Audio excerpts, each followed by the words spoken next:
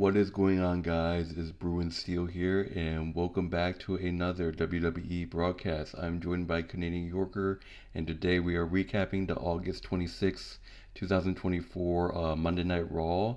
Took place in Providence, Rhode Island, and we are on our road to Bash in Berlin, which is this Saturday. We did our Bash in Berlin predictions, but it's premiering tomorrow at 3 p.m. If you wanted to go check it out, swing by tomorrow at 3 p.m. So be sure to check it out. So Canadian Yorker, how's it going tonight? It is going awesome. Feeling pretty good. Can't complain. There's a lot of great things happening. Looking forward to Bash in Berlin. All right, so let's get started. So I just want to give my condolence to the family and friends of Psycho Sid Aldi. He was a legend. They are saddened to announce that the legend Psycho Sid has passed away. He was a wrestler back in the day. I believe he died of cancer. So the show opens up with a memorial graphic for Psycho Sid. Didn't really know him, but I know he was a legend. Thoughts and prayers goes out to his family. This guy was massive. He was huge. But thoughts and prayers to Psycho Sid. Condolence. So yeah, so let's get started. The Monday Night Raw starts off with the Judgment Day, the new Judgment Day, making their first ever entrance ever since they betrayed or whatever Damian Priest and Rhea Ripley. So their first entrance. Liv Morgan welcomes us to the Monday Night Raw and asks everyone to rise for the Judgment Day. Finn Balor rolls footage of them beating up Damian Priest and Rhea Ripley last week. And basically, Balor said that they're not the bad guys around here. The Terror Twins are because they betrayed the Judgment Day and got exactly what they deserve. And then Dominik Mysterio basically said that he's going to be entering the Intercontinental Championship #1 Contenders Tournament, win the whole damn thing, and show everyone why he's El Jiffy, especially Damon and his dead beef. And then Rey Mysterio and LWO interrupts Dominik Mysterio. And basically, Ray goes on and say that Dom is a lost soul, and at least when he was Rhea, one of them had a set. Someone needs to put him in his place. And Mysterio, the younger, laughs off the idea that he would be his dad. And basically, that Ray says that he's always been a jack off, but now that he's with Liv, he's even a bigger jackass. And then they just started to brawl. What are your thoughts on this opening segment with Rey Mysterio, LWO, and the New Judgment Day?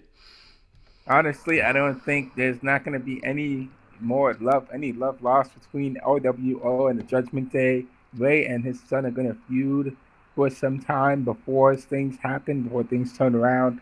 Um, Liv Morgan,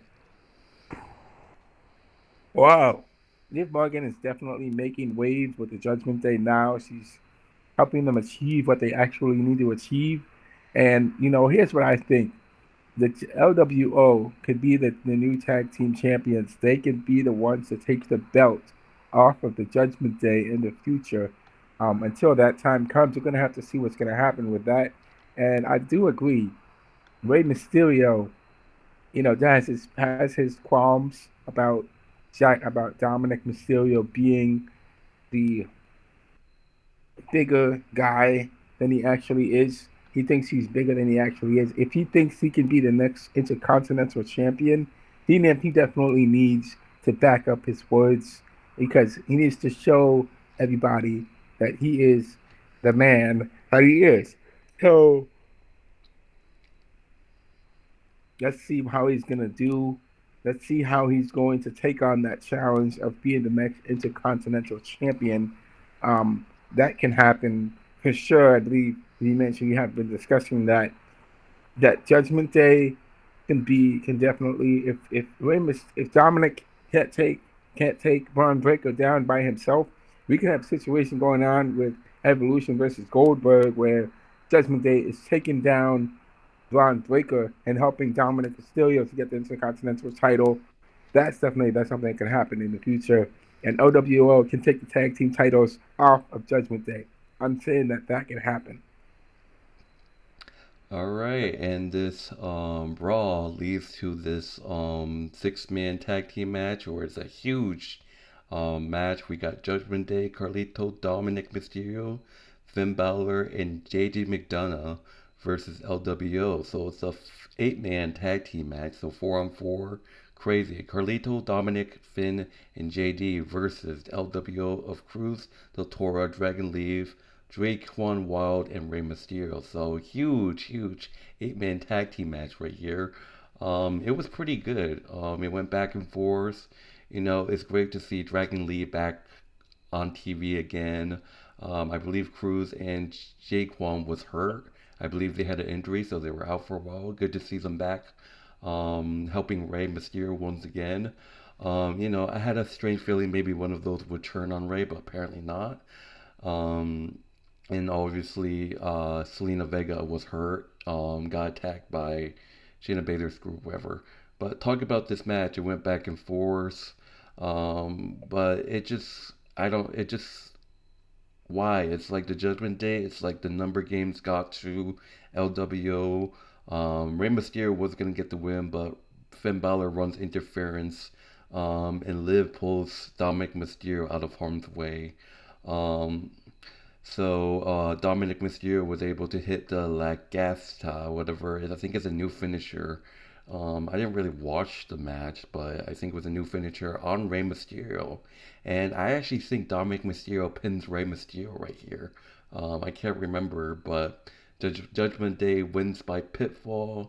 Yeah, I guess Dominik Mysterio does pin Rey Mysterio. So Judgment Day gets the big win over LWO by pinfall. Post match, they try to have Dom splash into the announce table on Rey Mysterio. Um, and then the Terror Twins, Rhea Ripley and Damon Priest actually comes and saves Rey Mysterio.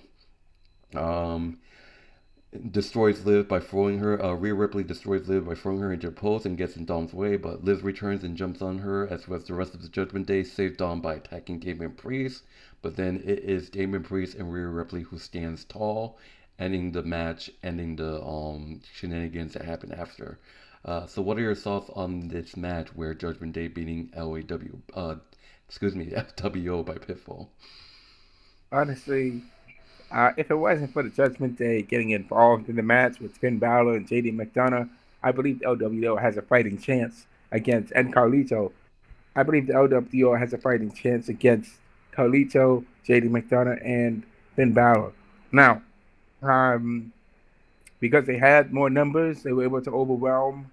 They were able to overwhelm the opposition, and it seems like Dominic Mysterio is the guy that is the master. He is a master of taking advantage of opportunities and making things happen. Now, he is not on the same level as Eddie Guerrero. Okay, Dominic Mysterio is not on the same level as Eddie Guerrero. Eddie Guerrero is a master of taking advantage of the opportunities that were in front of him. Dominic Mysterio does the same, but he does it in his own sneaky little way, honestly. But he was able to take advantage of it and get the win, and that's exactly what happened. The Judgment Day aftermatch tried to destroy Dominic Mysterio and OWO like they always do every single time, every single opportunity they get.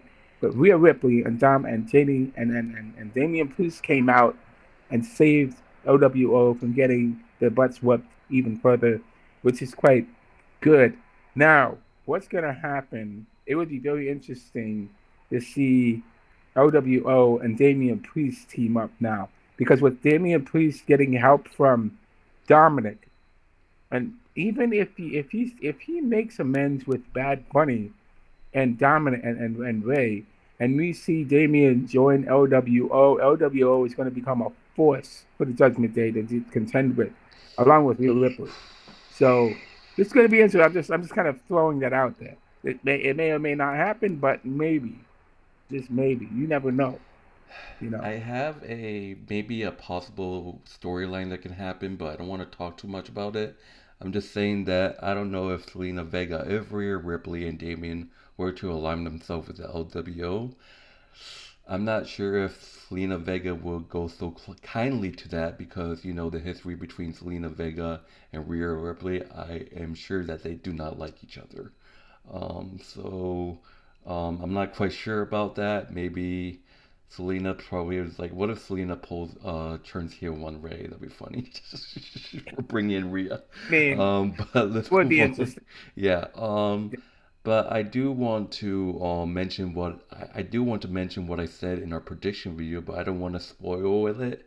But I will talk about it later though when people do watch the prediction video for Bash. But there's something that I like to talk about. It does involve Raquel Rodriguez, but I want to say that for another time. So let's move on to the next match. So we got a tag team match. Wow, we're just getting tag team matches all over the place.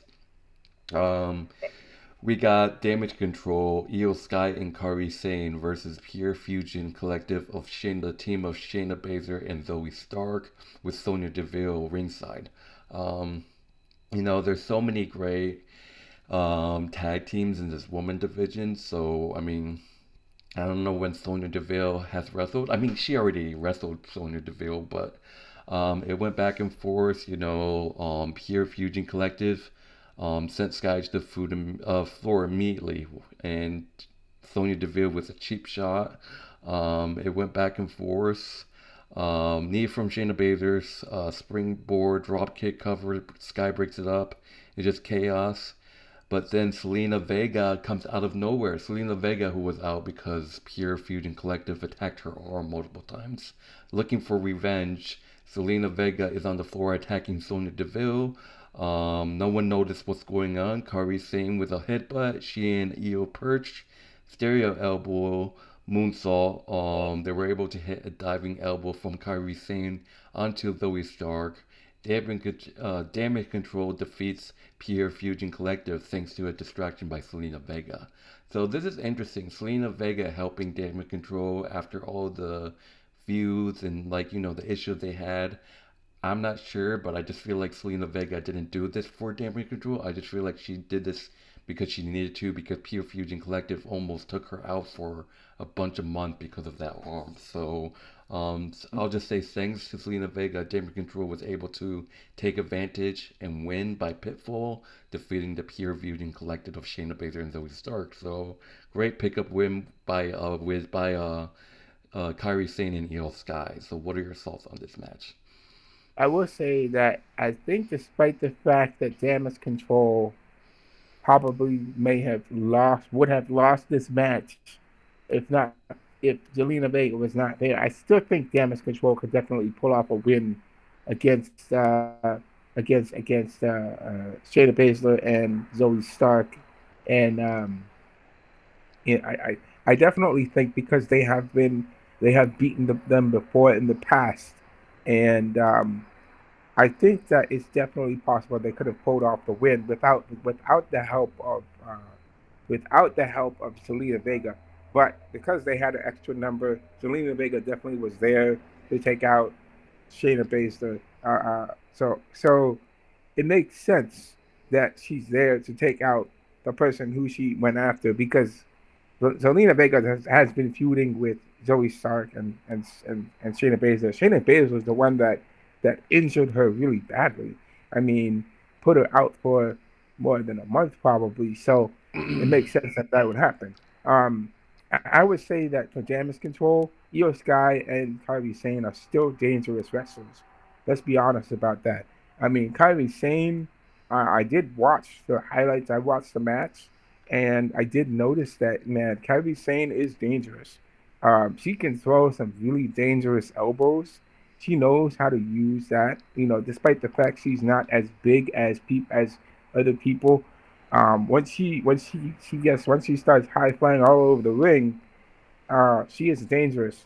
Once she starts throwing her elbows, doing her elbow drops and elbow side elbow hits. I mean, those elbows are dangerous. Um, she knows how to use her the use of her limbs to attack her opponents. Um, so it's a great win for pickup win for Damage Control. That's great for them. So it um but her name was not there. As Asuka is still out, unfortunately. Um, Dakota Kai. Dakota Kai is still out, unfortunately. So both of them, Yeah, they're Dakota Kai is down. not going to be there for a really long time because she's going to be out for 8 months or something like that. Wow, wow. So it seems like Damage Control is on its last legs now because before we saw the most dominant female faction in WWE on SmackDown, but they broke up due to, they had it all. They had a women's heavyweight champion, they had a tag team championship. They had it all. But now we see what Damage Control has become now. It's only Kylie Sane and Io Sky that are carrying the torch forward. What's going to happen with Damage Control going forward? Are we going to see a breakup even further with them? Or maybe are they all going to turn on Dakota Kai? I don't know. But we'll have to see what's going to happen. Yeah, and this the thing is like, oh, Asuka, and it's like Dakota Kai's out for a really long time. People are just like, Asuka's gonna make a return, and people are like, could Asuka be Dakota Kai's replacement? Dakota Kai, excuse me, Asuka could return as a face. Maybe at one point, Kairi Sane and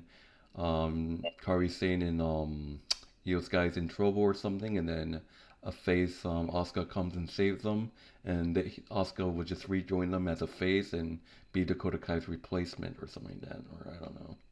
Well, the thing is, I think Asuka's still injured because she had surgery on her knee. Remember, so I don't know much more longer how she's going to be out for. But we'd have to look into, read up on the reports about how is her recovery coming along and how is Dakota Kai's recovery coming along, because injuries can put people out for a month, 3 months. We were speculating on whether Rhea Ripley was going to return back from SummerSlam or not, and she did come back from SummerSlam, and so you never know. She was still rehabbing that shoulder, but she managed to make it back in time for SummerSlam. All So right, let's go. Let's move on. So we got Drew McIntyre making his entrance and getting on mic. He launches into CM Punk's promo routine and said he knows it by heart. He said that CM Punk is scared of Drew McIntyre. He keeps attacking him from behind every opportunity he gets. And he gets going because they keep chanting his name every single week. He claims we're enabling Punk every time we chant his name, and he makes dumb decisions like challenging him to a strap match and the blood is on hand.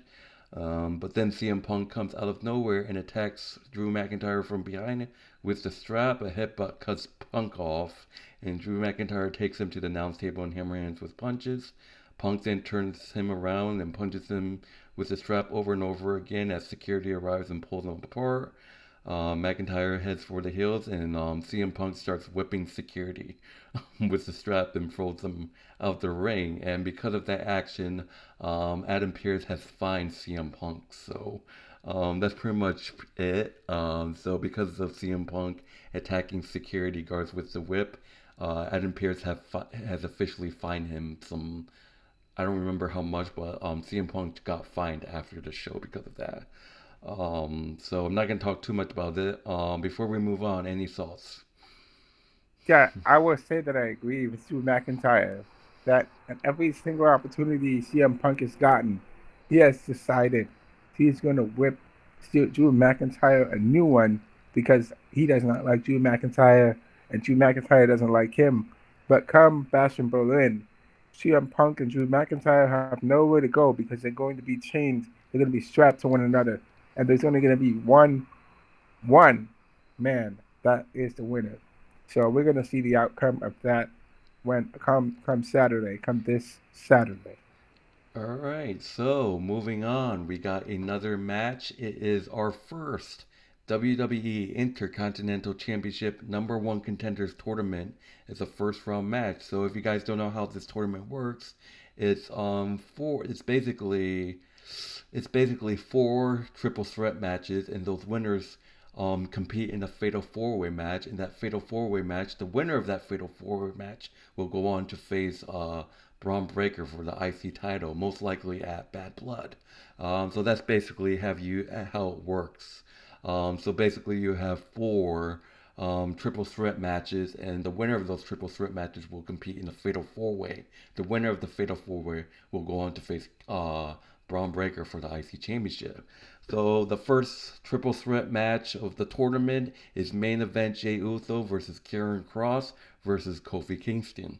So this was a great match. Obviously, it's great to see Karen Cross in another title picture, like maybe trying to get into a title picture.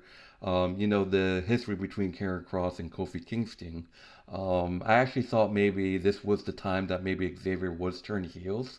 I thought maybe Xavier was going to come out and cost Kofi the match. But no, I was wrong. But Kingston and Uso, actually, the history between those two, New Day versus Usos back in the day. Now they're kind of friends because they're both faces. Kingston and Uso teamed up together to stomp a Mudhole Cross. Kofi with a trust fall senton on both of them. Jay with a Udi to ricochet. No, excuse me, Rikishiki, whoever on Kingston but Karen Cross cuts him off. Super kick.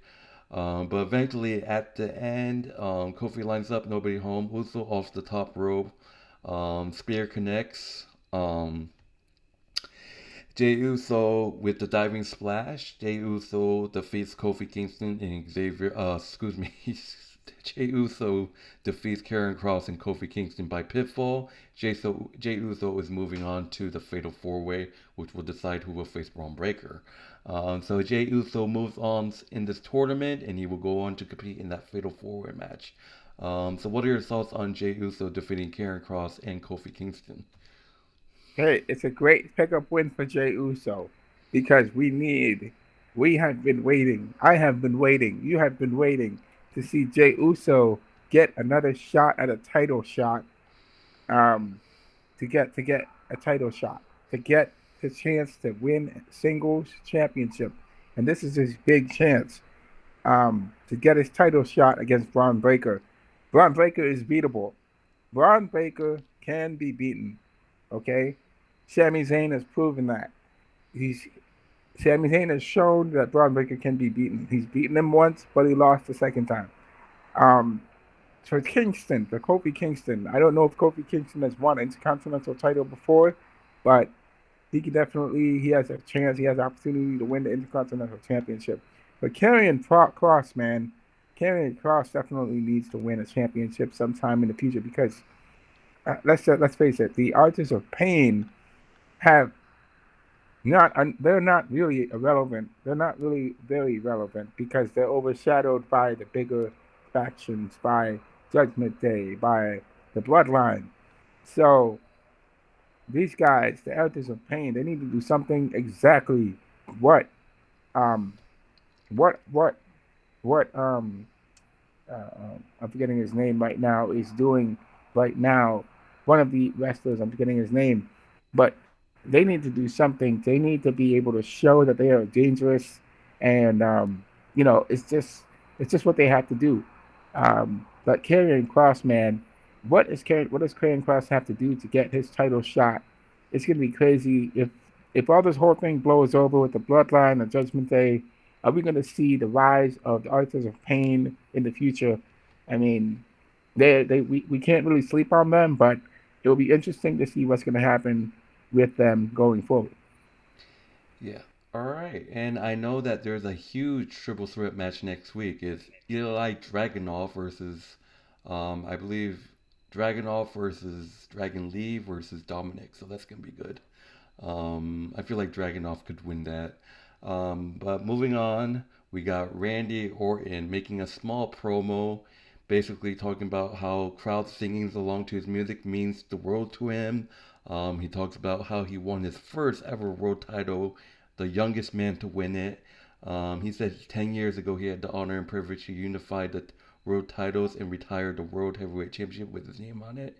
He said he's going to be facing a living legend on Saturday, a man whose head is shoved so far his own ass, and he doesn't even realize to be facing the most dangerous, decorative, controversial yet successful wrestler. He talks about signing his contract at 19 years old. That's crazy. And growing up in front of us, getting humbled over and over again. He said that when Gunther came to WWE, he was 30 something. He said that Gunther made it personal, talking about Randy Orton's family and the demons he faced, each one get tougher. And he said that he'll beat him just like he beat them. And he says, curious how he's going to do that? Well, RKO. So that's basically it. Just a small promo. I do want to move on. Canadian Yorker, if you have any thoughts, just any quick thoughts before I move on. I gotta say, I hope Randy Orton RKO's Gunther the very first chance he gets. All right, so moving on, we got Braun Strowman versus Bronson Reed. And look, I just don't understand why they're doing this. They did the same thing with Bronson Reed and Eric or one of the Viking Raiders. It was a great match until the end, but we'll get to what happened at the end. Strowman with a drop kick and club blows. These two guys were just like it's like basically King Kong versus Godzilla right here. Bronson on top. Braun cuts him off. Military press slam out of the corner. That was a great move. And then at this point, they just hate each other and they just go out and brawl. They just start brawling, fighting out through a loading dock into the parking lot. They just like Bronson Reed. I think that started because Bronson Reed had enough and he didn't want to win or something, so he just started to walk out on Braun Strowman. But Braun Strowman retaliated. Strowman gives chase, rolling on the stage. Reed lays him out and heads back. Lying in waiting with a trash can. What a coward. And he throws it at Braun's face as soon as Braun turns the corner. So presumably the match has gone to a double count out. So fighting out through a loading dock, loaded force lift. Braun Strowman hitting Braun Strowman on top with a pipe. I think it was a baseball bat. I can't tell. And it's a steel pipe, sorry. Steel pipe to fed up Braun up. He climbs up the stack of Rhodes cases and onto a concrete retaining wall, perching. 747 splash off the retaining wall and into the roof of the car. Braun Strowman is hurt. Adam Pearce is here with the referees, and Rhodes is calling for medics, ending the match. So damn, Bronson Reed is just out here destroying people. So that was nasty, and I just gotta say, let's get a moment of silence for that car that just got crushed. So if that was your car, whoever's watching this, I hope you have good insurance.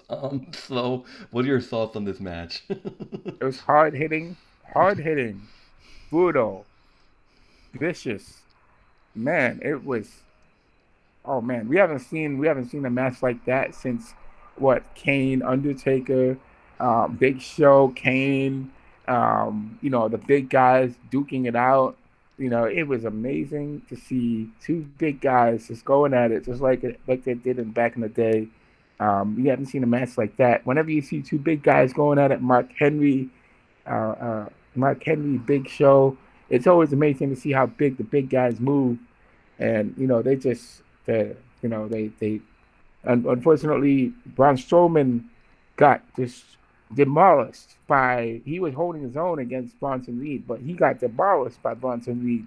And it's tough to see that because Braun Strowman is a big guy. He's a big guy, but he got taken out savagely by Bronson Reed after just getting crushed by him on the roof Yeah. of the And the car. thing is, Um, Bronson Reed, Bronson Reed, what is your body made of? Because he literally did not want any medical attention. He just walked out of there like it was nothing. But we got yeah, Braun Strowman lying on the ground saying that he can't feel his fingers. Bronson Reed, what are you made of, man, my man? yeah. I, So I gotta say, this is the same. This is the same Braun Strowman. Braun Strowman is a very. He's a tall guy. He's a very strong man. This man can lift a car like nothing. I mean, the car is like what 400 or 500 pounds. He can lift a car 400 or 500 pounds. Big Show could lift a car 400 or 500 pounds. Man, how much? I believe Mark Henry. Mark Henry once said when he was younger, he lifted 1,000 pounds, deadlifted 1,000 pounds. That's insane. That's an insane yeah. athleticism. I mean, you can't imagine somebody deadlifting 1,000 pounds. That's amazing. All right, You know, yeah, all right. Let's get a move on. But I mean, how? One more question is like, how would you feel if that was your car that got smashed? I would be, man, that's a lot of money to repair the car right there. That's just crazy. Yeah, I'll be sad. just watch they just take the car and then they just brawl on people's cars in the parking lot and then they just like Ronda Reed squash Braun Strowman on your car. Oh man, that's crazy. All right, so moving on to the next match, we got another WWE Intercontinental Championship number one contenders tournament. First round match, triple threat, like I said. Second triple threat, winner goes on to the Fatal Four Way, where Jey Uso is waiting for the last three competitors. We got Pete Dunne versus The Miz versus Xavier Woods.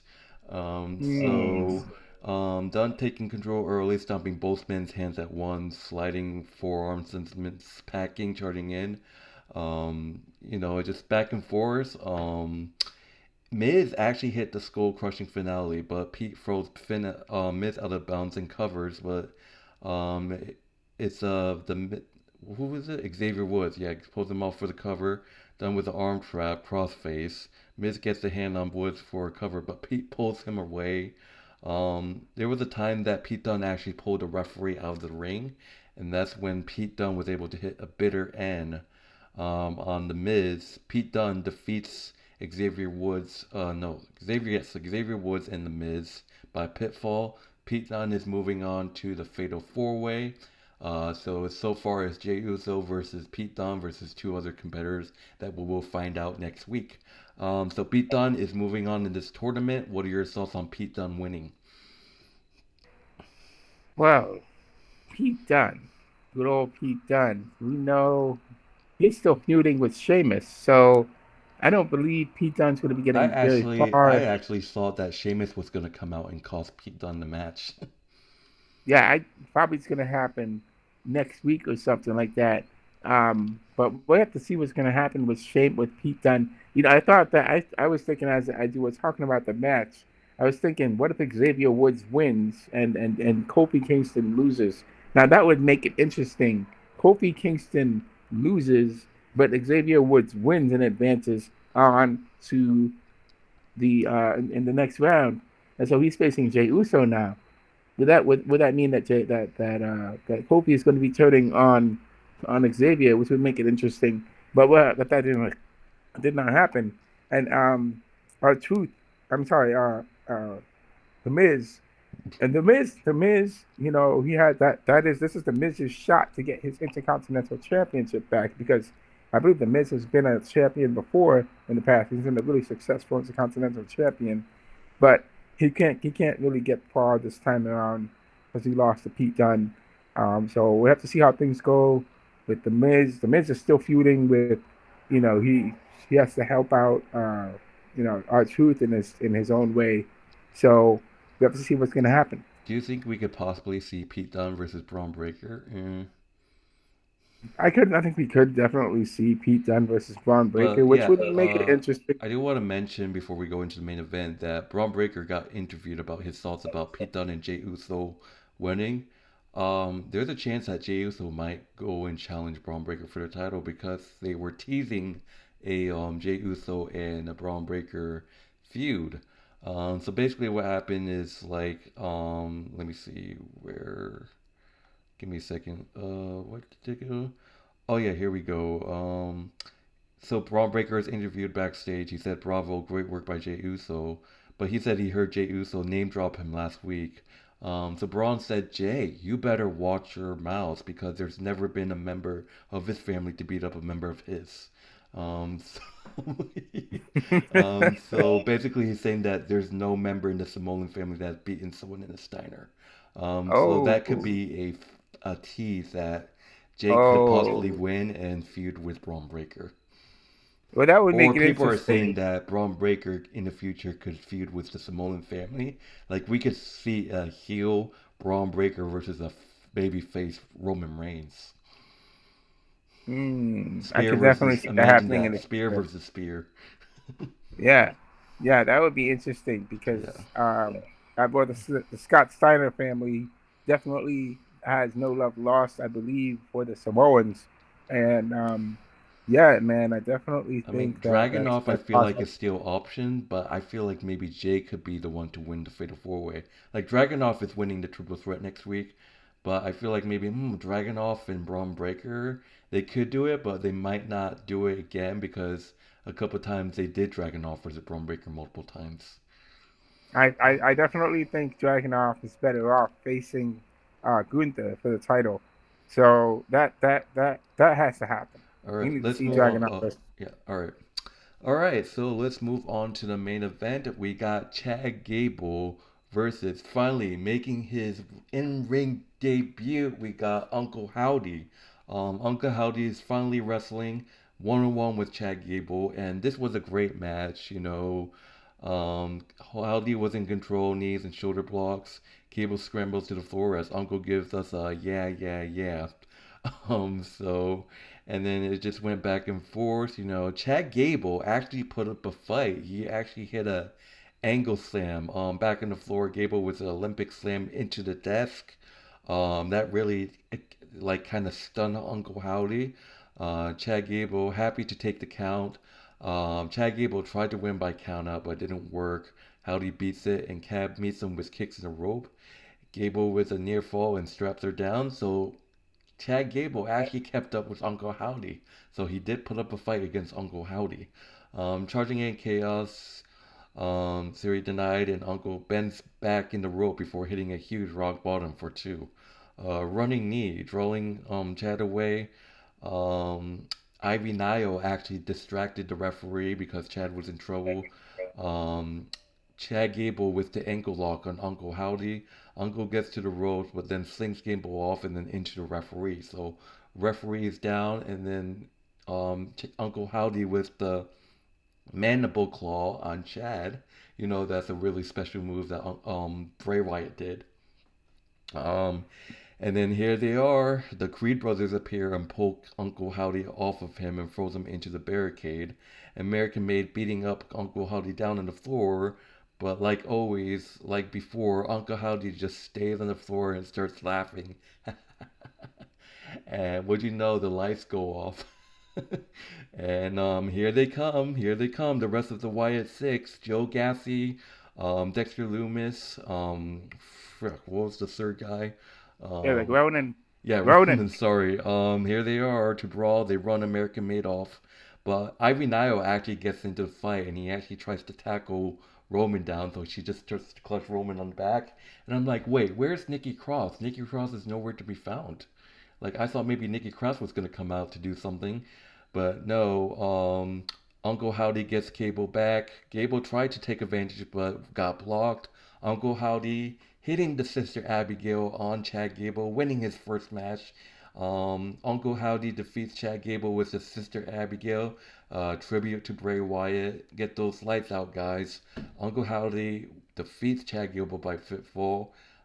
People saw that this was a bad match, but something's wrong with you if you do. I love this match. What are your thoughts? It's great that, Chad Gable has the skills. Chad Gable definitely has the skills to match anyone. Chad Gable can, as long as Chad Gable doesn't doubt himself, as long as Chad Gable has the confidence to be able to take down any wrestler he can certainly take down any wrestler he can. Remember that, I remember that Kurt Angle beat the Undertaker clean in I don't remember which one it was. I think it was in Bad Blood or at SummerSlam, I believe, for the World Heavyweight Championship. Kurt Angle was able to beat Undertaker clean with no help whatsoever. And if Kurt Angle can beat Undertaker, so can Chad Gable can beat anybody clean without any help whatsoever because he's so good. He demands an Olympic gold medalist.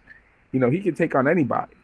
He can take on Brock Lesnar for that matter. He can take on anyone. He can take on Braun Baker. He took down Gunther. He beat Gunther. He can beat people.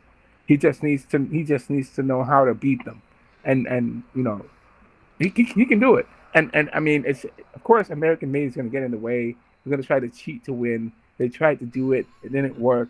Yeah, and like Uncle Howdy took my advantage. question was, where was Nikki Cross in all this? Like she could have came out of nowhere and stopped Ivy, but I mean, she probably would like, fuck it, Ivy Nayo's not gonna do anything.